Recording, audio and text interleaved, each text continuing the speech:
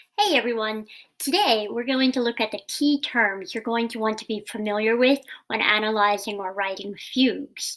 We should be reviewing some of this from your reading, and some of it is in the reading to come, and other terms are not found in the Torek McCarthy text.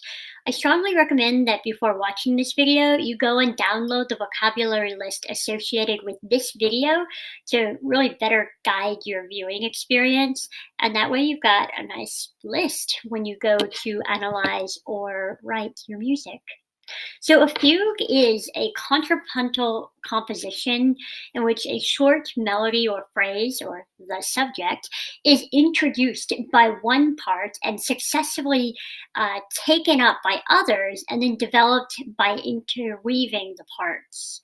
The form of a fugue is in three parts: the exposition, the development, and the ending. The exposition literally does what it says it will do. It just exposes the listener to all of the information that they should need in order to listen to or understand and appreciate the rest of the fugue. So, put simply, an exposition states the subject or answer in each voice. And a composer may also present a counter subject in that exposition. So what are all these terms? Well, let's go one step at a time. The subject is the very first musical material presented in the work. Put simply, it's the fugue's theme. It typically runs a couple of measures, maybe three or four in length, but sometimes it can be longer and sometimes it can be shorter. This is kind of the same concept as an invention's motive, but typically is a full phrase rather than just like a dabbling of ideas. And so these are certainly not hard or fast rules, but they do tend to differentiate enough of the invention versus fugue to serve for our definitions today. Um, this will also be used in the tonic key. That's going to be really critical that it's in the tonic key, because then you get an answer. An answer to the subject is basically the subject expressed at the dominant rather than the tonic. In other words, it's the subject transposed either up a fifth or down a fourth. However, sometimes that can create some pretty awful pairings. The answer comes directly in the tail end of the subject, and so it can create a sense of constant motion that way. But if the opening expressing that answer creates like an undesirable set of tones at the dominant, the composer might modify it to work more cohesively.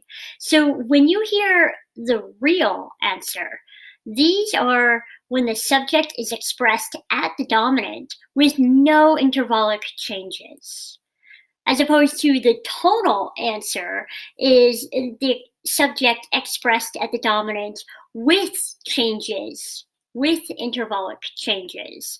So these are actually far more common than a real answer.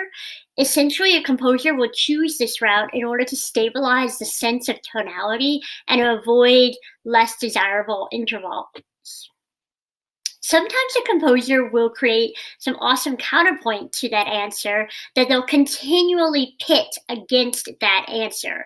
When a composer does this, they've created a counter subject. In other words, the counter subject is the counterpoint consistently used against the subject or answer.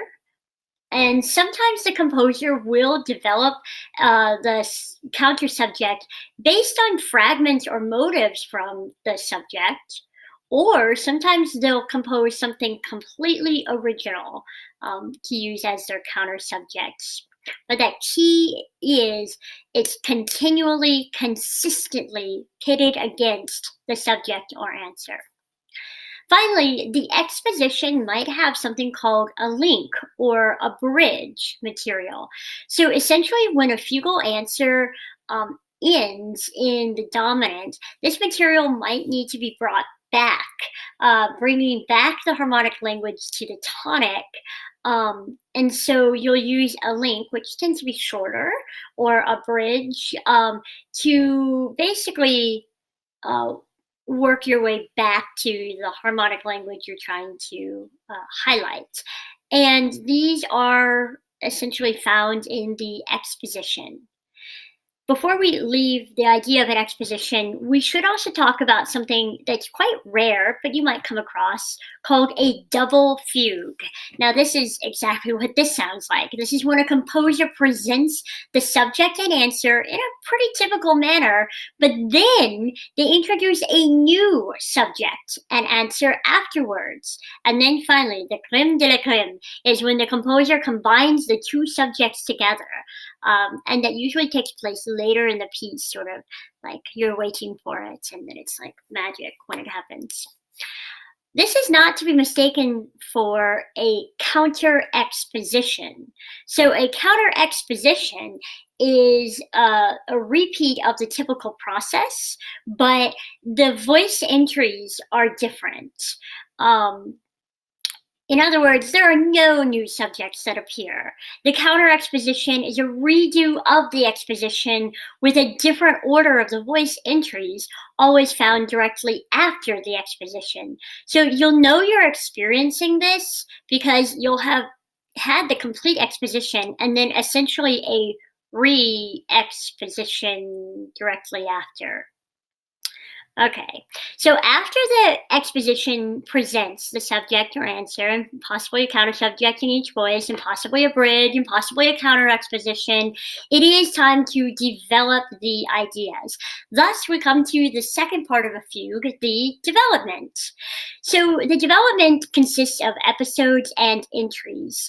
An episode is just a connecting passage of music, usually made up of material found from the exposition, and this is one tool often used to tie an exposition and developmental section together. These are often, we use similar techniques as you would in an invention. And you'll use this to modulate, to move the theme somewhere. So, one of the techniques that we actually didn't really talk about with inventions because they appear more with fugues is something called retrograde. Retrograde is when we run the notes backwards. For example, if you take the notes B, E, D, G, A, the retrograde of those notes would be A, G, D, E, B. In other words, if you see fragments or diminutions or augmentations or inversions or retrogrades or any of these techniques that we've discussed in the previous videos, this is an episode, okay? The other thing that you'll see, though, is an entry. And an entry is simply the appearance of the subject or answer in totality. So sometimes this might be a single entry, and this is when the subject appears in a single isolated statement. Or you might see an entry groups. That's when the subject is presented in successive statements in multiple voices, still separated. If you ever come across them being overlapped, this is called stretto, which literally means drawn together. This is like super, super cool because when you get all of these things overlapping this way, you know you've created some magical, great harmonic language in your subject that's allowing you to then overlap in that manner. Then sometimes the composer needs something similar, like to a link or a bridge. So in this case, they'll just compose free material. Once the composer has developed their ideas through, they need to come back home. This is essentially the ending, and it's rather short. It's literally just the subject resolving in the tonic key. Now, as you might imagine, sometimes a composer may want to take it beyond that. They want to establish the tonic and they want to hang out for a while. So when they do that, this is what they call the coda or the tail. Okay, so this is often found as material over the pedal tonic and reinforces that tonic after you've given that subject once again in the tonic. So sometimes a composer might want to write a shorter fugue. So this is called a fuguetta. In other words, a fuguetta is just a shortened fugue. Pretty simple. But this is not to be confused with a fugato. A fugato is when you're in the fugal style, and it's usually found in a passage of music, but it's not a full fugue.